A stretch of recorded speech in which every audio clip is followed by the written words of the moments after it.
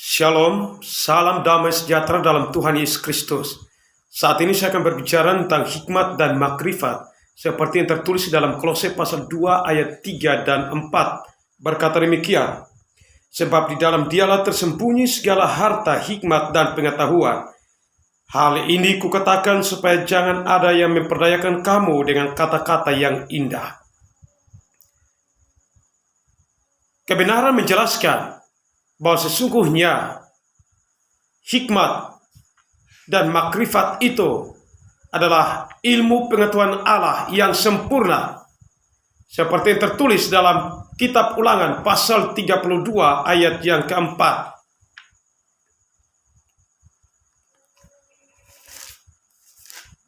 Yang berkata demikian, gunung batu yang pekerjaannya sempurna karena segala jalannya adil, Allah yang setia dengan tiada kecurangan, adil dan benar Dia. Juga seperti yang tertulis dalam 2 Samuel pasal 22. 2 Samuel pasal 22 ayat 31 sampai dengan 35 yang berkata demikian. Adapun Allah jalannya sempurna, sabda Tuhan itu murni, Dia menjadi perisai bagi semua orang yang berlindung padanya. Sebab siapakah Allah selain dari Tuhan? Dan siapakah gunung batu selain dari Allah kita? Allah, Dialah yang menjadi tempat pengungsian yang kuat dan membuat jalanku rata, yang membuat kakiku seperti kaki rusa dan membuat aku berdiri di bukit. Ia mengajar tanganku berperang sehingga lenganku dapat melingkungkan busur tembaga. Jadi sini sangat jelas mengingatkan kita, menjelaskan kepada kita bahwa sesungguhnya Allah itu sempurna, pengetahuannya sempurna.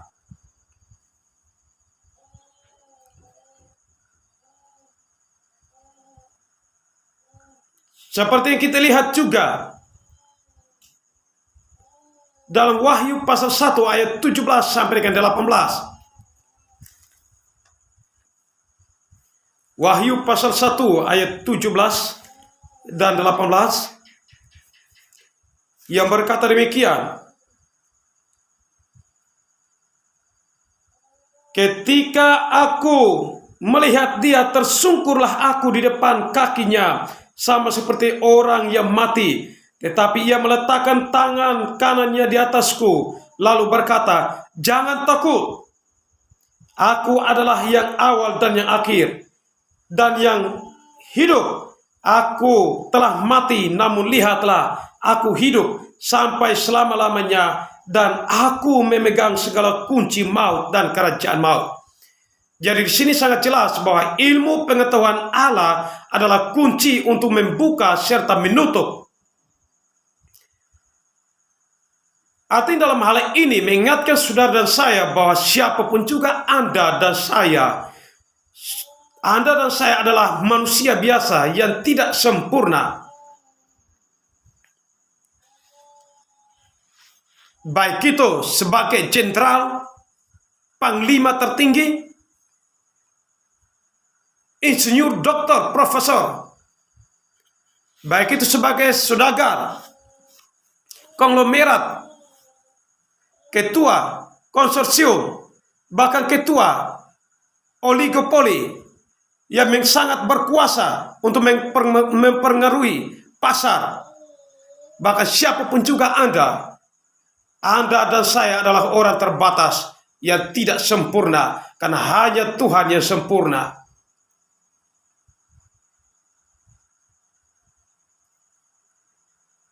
Kunci tersebut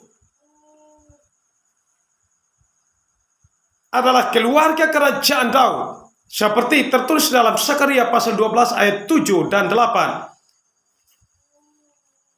yang berkata demikian.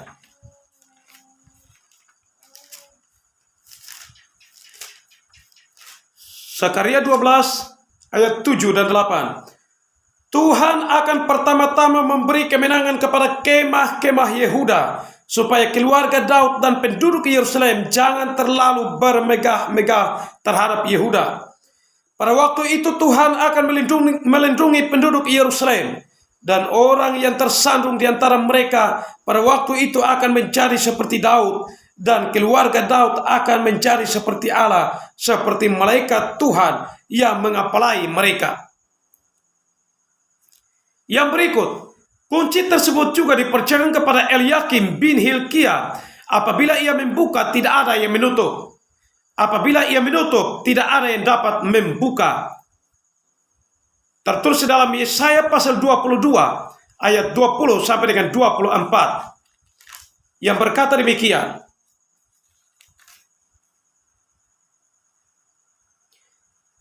Aku akan mengenakan jubahmu kepadanya, dan ikat pinggangmu akan kuikatkan kepadanya, dan kekuasaanmu akan kuberikan ke tangannya. Maka ia akan menjadi bapa bagi penduduk Yerusalem dan bagi kaum Yehuda. Aku akan menaruh kunci rumah Daud ke atas bahunya. Apabila ia membuka, tidak ada yang dapat menutup. Apabila ia menutup, tidak ada yang dapat membuka.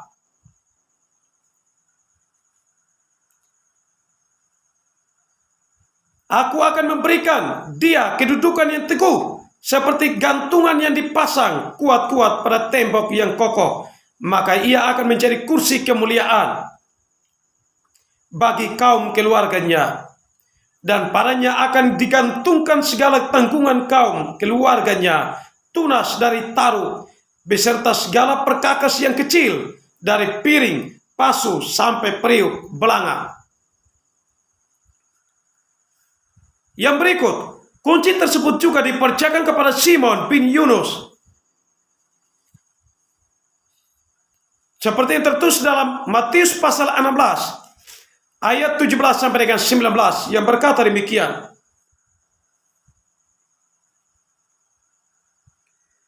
Kata Yesus kepadanya, berbahagialah engkau Simon bin Yunus, sebab bukan manusia menyatakan itu kepadamu, melainkan Bapa-Ku yang di surga. Dan aku pun berkata kepadamu, engkau adalah Petrus, dan di atas batu karang ini aku akan mendirikan jemaatku, dan alam maut tidak akan menguasainya. Kepadamu akan kuberikan kunci kerajaan surga. Apa yang kau ikat di dunia ini akan terikat di surga, dan apa yang kau lepaskan di dunia ini akan terlepas di surga. Berikut, jemaat Philadelphia posisinya dalam tabernakel rohani sebagai pintu tirai gerbang pelataran dan tirai pintu kemah pertemuan. Keluaran 40 ayat 1 sampai dengan 33. Ia mendapat anugerah terbesar, dan Tuhan selalu membuka pintu baginya, dan tidak ada seorang pun yang dapat menutupnya. Seperti yang tertulis dalam Wahyu 3 ayat 7 sampai dengan 13. Yang berkata demikian. Dan tuliskanlah kepada malaikat jemaat di Philadelphia, inilah firman dari yang kudus, yang benar, yang memegang kunci Daud. Apabila ia membuka, tidak ada yang dapat menutup. Apabila ia menutup, tidak ada yang dapat membuka. Aku tahu segala pekerjaanmu. Lihatlah, aku telah membuka pintu bagimu yang tidak dapat ditutup oleh seorang pun. Aku tahu bahwa kekuatanmu tidak seberapa, namun engkau menuruti firmanku, dan engkau tidak menyangkal namaku. Lihatlah, beberapa orang dari jemaat iblis, yaitu mereka yang menyebut dirinya orang Yahudi, tetapi yang sebenarnya tidak demikian, melainkan berdusta, akan kuserahkan kepadamu. Sesungguhnya aku akan menyuruh mereka datang tersungkur di depan kakimu, dan mengaku bahwa aku mengasihi engkau, karena engkau menuruti firmanku untuk tekun menantikan aku. Maka aku pun akan melindungi engkau dari hari pencobaan yang akan datang atas seluruh dunia untuk mencobai mereka yang diam di bumi. Aku datang segera, peganglah apa yang ada padamu, supaya tidak seorang pun mengambil mahkotamu. Barang siapa menang, ia akan kujadikan soko guru di dalam bait suci Allahku, dan ia tidak akan keluar lagi dari situ. Dan padanya akan kutuliskan nama Allahku, nama kota Allahku, yaitu Yerusalem baru yang turun dari surga dari Allahku, dan namaku yang baru. Siapa bertelinga, hendaklah ia mendengarkan apa yang dikatakan Roh kepada jemaat-jemaat.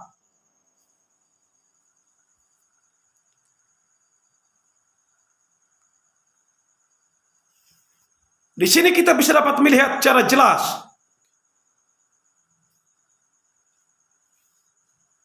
ketika saat seseorang dipinjamkan kunci dari surga, yaitu hikmat dan makrifat Allah,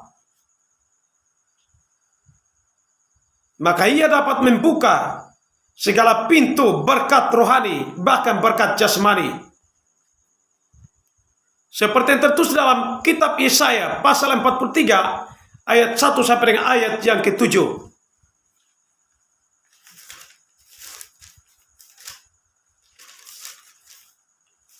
Yang berkata demikian,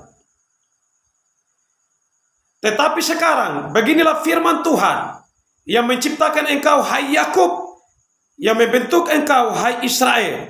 Janganlah takut, sebab aku telah menebus engkau. Aku telah memanggil engkau dengan namamu. Engkau ini kepunyaanku. Apabila engkau menyeberang melalui air, aku akan menyertai engkau. Atau melalui sungai-sungai, engkau tidak akan dihanyutkan.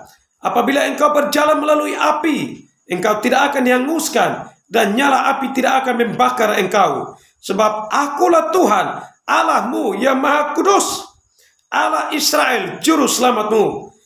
Aku menebus engkau dengan Mesir, dan memberikan Ethiopia dan Seba sebagai gantimu. Oleh karena engkau berharga di mataku dan mulia, dan aku ini mengasihi engkau, maka aku memberikan manusia sebagai gantimu, dan bangsa-bangsa sebagai ganti nyawamu. Janganlah takut, sebab aku ini menyertai engkau. Aku akan mendatangkan anak cucumu dari timur, dan aku akan menghimpun engkau dari barat. Aku akan berkata kepada utara, berikanlah, dan kepada selatan, janganlah tahan-tahan. Bawalah anak-anakku laki-laki dari jauh, dan anak-anakku perempuan dari ujung-ujung bumi. Semua orang yang disebutkan dengan namaku, yang kuciptakan untuk kemuliaanku, yang kubentuk, dan yang juga kujadikan.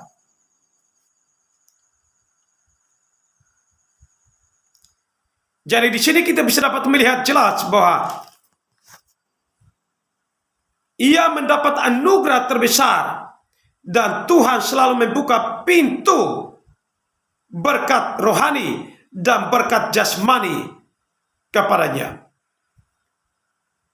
Dibukanya pintu pemberitaan firman Allah dan segala hal yang positif mengarah kepada kesempurnaan tubuh Kristus. Seperti yang tertulis dalam Mazmur pasal 18 ayat 25 sampai dengan 39.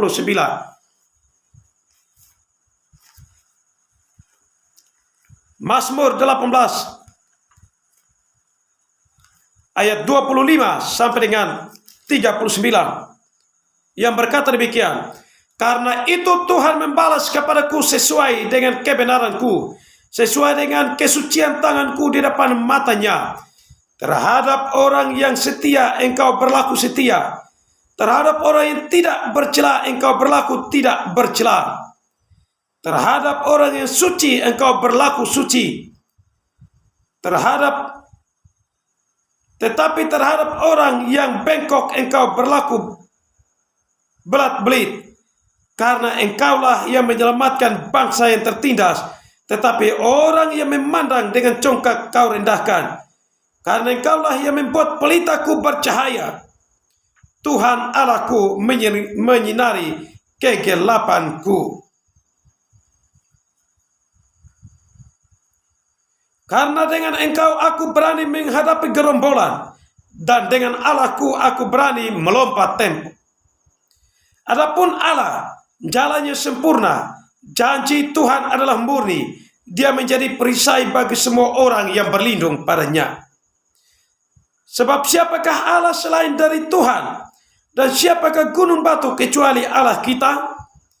Allah, dialah yang mengikat perjanjian, mengikat pinggangku dengan keperkasaan dan membuat jalanku rata, yang membuat kakiku seperti kaki rusa dan membuat aku berdiri di bukit batu, yang mengajar tanganku berperang sehingga lenganku dapat melunturkan busur tembaga. Kau berikan kepadaku perisai keselamatanmu. Tangan kananmu menyokong aku, kemurahanmu membuat aku besar. Kau berikan tempat lapang untuk langkahku, dan mata kakiku tidak goyah. Aku mengejar musuhku sampai kutangkap mereka, dan tidak berbalik sebelum mereka kuhabiskan. Aku merembukan mereka, sehingga mereka tidak dapat bangkit lagi. Mereka rebah di bawah kakiku.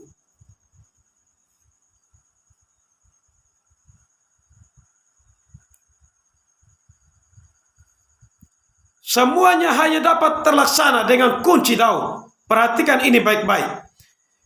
Sesungguhnya semuanya hanya dapat terlaksana dengan kunci Daud. Seperti yang tertulis dalam Yeskiel pasal 34 ayat 23 sampai dengan 31. Yeskiel pasal 34 ayat 23 sampai dengan 31 yang berkata demikian. Aku akan mengangkat satu orang gembala atas mereka yang akan menggembalakannya, yaitu Daud hambaku. Dia akan menggembalakan mereka dan menjadi gembalanya. Dan aku Tuhan akan menjadi Allah mereka, serta hambaku Daud menjadi raja di tengah-tengah mereka. Aku Tuhan yang mengatakannya. Aku akan mengadakan perjanjian damai dengan mereka, dan aku akan menyediakan binatang buas dari tanah itu, sehingga mereka dapat diam di padang gurun dengan aman, tentram, dan dapat tidur di hutan-hutan. Aku akan menjadikan mereka dan semua yang di sekitar gunungku menjadi berkat. Aku akan menurunkan hujan pada waktunya. Itu adalah hujan yang membawa berkat. Pohon-pohon di ladang akan memberi buahnya, dan tanah itu akan memberi hasilnya. Mereka akan hidup aman, tentram di tanahnya. Mereka akan mengetahui bahwa akulah Tuhan pada saat aku memetakan kayu kuk mereka dan melepaskan mereka dari tangan orang yang memperbudak mereka.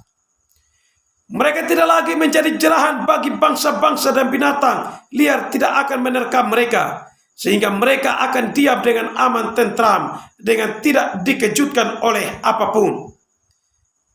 Aku akan mendirikan bagi mereka suatu taman kebahagiaan, sehingga di tanah itu tidak seorang pun akan mati kelaparan, dan mereka tidak lagi menanggung noda yang ditimbulkan bangsa-bangsa. Dan mereka akan mengetahui bahwa aku Tuhan Allah mereka menyertai mereka, dan mereka kaum Israel adalah umatku. Demikianlah firman Tuhan Allah. Kamu adalah domba-dombaku, domba gembalaanku, dan aku adalah Allahmu. Demikianlah firman Tuhan Allah.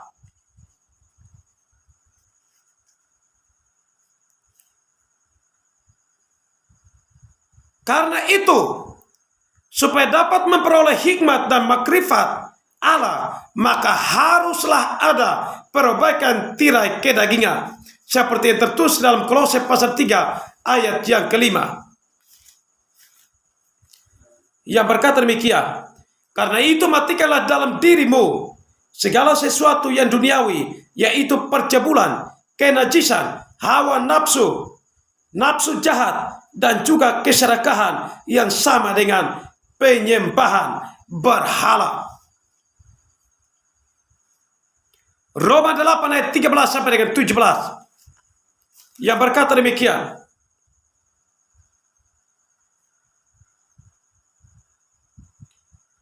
Sebab jika kamu hidup menurut daging, kamu akan mati. Tetapi jika oleh roh kamu mematikan perbuatan-perbuatan tubuhmu, kamu akan hidup. Semua orang yang dipimpin roh Allah adalah anak Allah. Sebab kamu tidak menerima roh perbudakan yang membuat kamu menjadi takut lagi. Tetapi kamu telah menerima roh yang menjadikan kamu anak Allah. Oleh roh itu kita berseru, ya Aba, ya Bapa. Roh itu bersaksi bersama-sama dengan roh kita bahwa kita adalah anak-anak Allah. Dan jika kita adalah anak, maka kita juga adalah ahli waris. Maksudnya, orang-orang yang berhak menerima janji-janji Allah yang akan menerimanya bersama-sama dengan Kristus, yaitu jika kita menderita bersama-sama dengan Dia, supaya kita juga dipermuliakan bersama-sama dengan Dia. Hal berikut, hikmat Allah harus digunakan setiap hari dalam menghadapi sinaga tua menjelang akhir zaman. Wahyu pasal 12 ayat 13 sampai dengan 17. Wahyu pasal 12 ayat 13 sampai dengan 17. Yang berkata demikian. Dan ketika naga itu sadar bahwa ia telah dilemparkan di atas bumi, ia memburu perempuan yang melahirkan anak laki-laki itu. Kepada perempuan itu diberikan kedua sayap dari burung nasar yang besar, supaya ia terbang ke tempatnya di padang gurun, di mana ia dipelihara jauh dari tempat ular itu selama 1 masa dan 2 masa dan setengah masa. Lalu ular itu menyemburkan dari mulutnya air sebesar sungai ke arah perempuan itu, supaya ia dihanyutkan sungai itu. Tetapi bumi datang menolong perempuan itu. Ia membuka mulutnya dan menelan sungai yang disemburkan naga itu dari mulutnya. Maka marahlah naga itu kepada perempuan itu, lalu pergi memerangi keturunannya yang lain, yang menuruti hukum-hukum Allah dan memiliki kesaksian Yesus. Dan ia tinggal berdiri di pantai laut. Jadi rahasia ini sangat besar. Bagaimana saudara dan saya akan menghadapi sinaga tua pada akhir zaman. Hal berikut,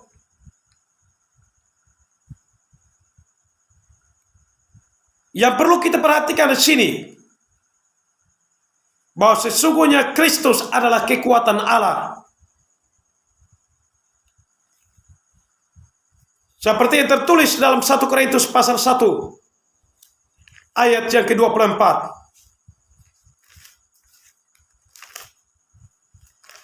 1 Korintus pasal 1 ayat yang ke-24 yang berkata demikian. Tetapi untuk mereka yang dipanggil, baik orang Yahudi maupun orang bukan Yahudi, Kristus adalah kekuatan Allah dan hikmat Allah. Sangat jelas tertulis dalam 1 Korintus 1 ayat 24. Di dalam Roma pasal 1 ayat 16 dan 17.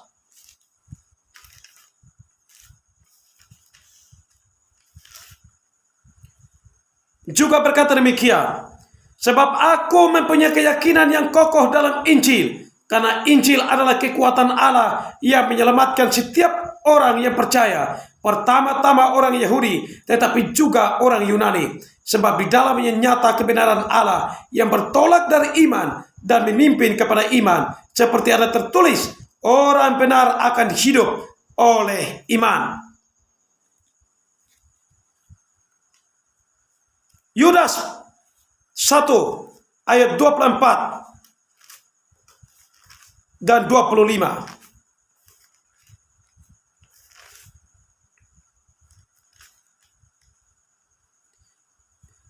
Yang berkata demikian, bagi Dia yang berkuasa menjaga supaya jangan kamu tersandung, dan yang membawa kamu dengan tak bernoda dan penuh kegembiraan di hadapan kemuliaannya. Allah yang Esa, Juru Selamat kita, oleh Yesus Kristus Tuhan kita. Bagi Dia adalah kemuliaan, kebesaran, kekuatan, dan kuasa sebelum segala abad dan sekarang dan sampai selama-lamanya. Amin.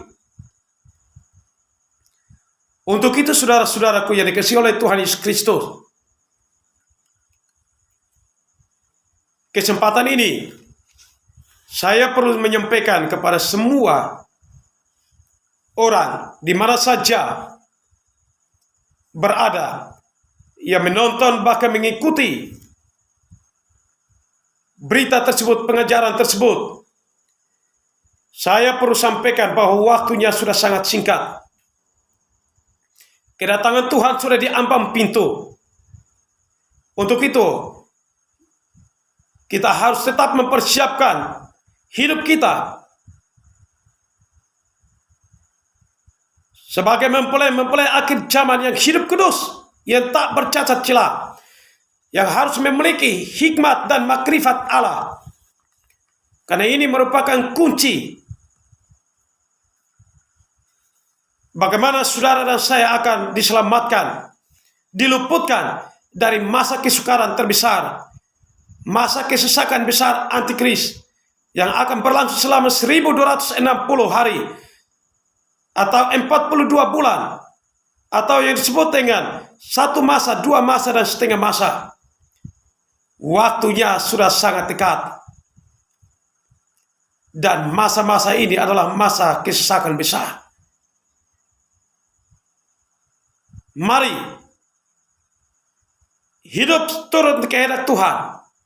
Jangan hanya menjadi pendengar firman Tuhan, tapi mari menjadi pelaku-pelaku firman Tuhan. Kiranya apa yang kami sampaikan saat ini dapat menolong saudara saya untuk hidup lebih lagi dalam takut akan Tuhan. Shalom, Tuhan Yesus memberkati. Salam damai sejahtera.